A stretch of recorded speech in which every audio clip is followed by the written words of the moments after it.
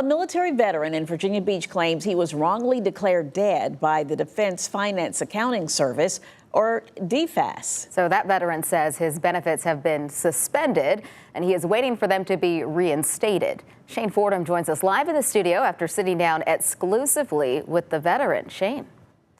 That's right. Richard Rettke says the Defense Finance Accounting Service wrongly declared him dead as he hasn't received his DFAS benefits since April.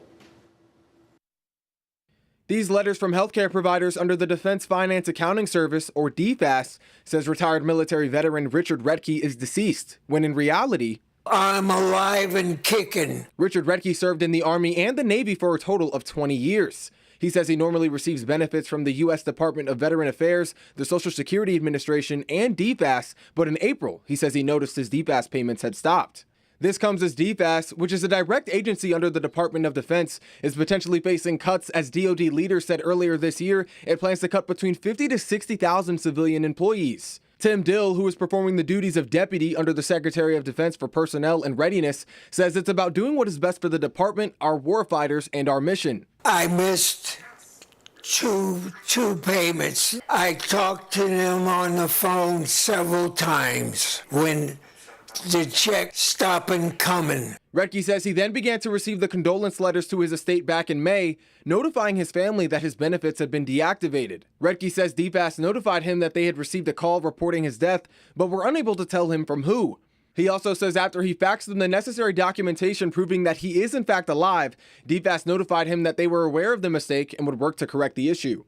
One gentleman that I talked to said that I would receive a payment on the 25th of May. Well, no pay. He says DFAS has since notified him that his benefits should be reinstated by the end of June. Meanwhile, he wants to make his health status clear. I'm not dead.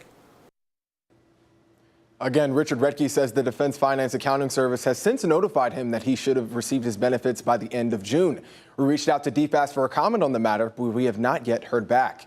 Shane Fordham, 13 News Now. All right, thanks, Shane. And a Social Security Administration spokesperson says if a person believes they have been incorrectly listed as deceased on their Social Security record, they should contact their local Social Security office as soon as possible. And you can locate your nearest Social Security office on our website, 13newsnow.com.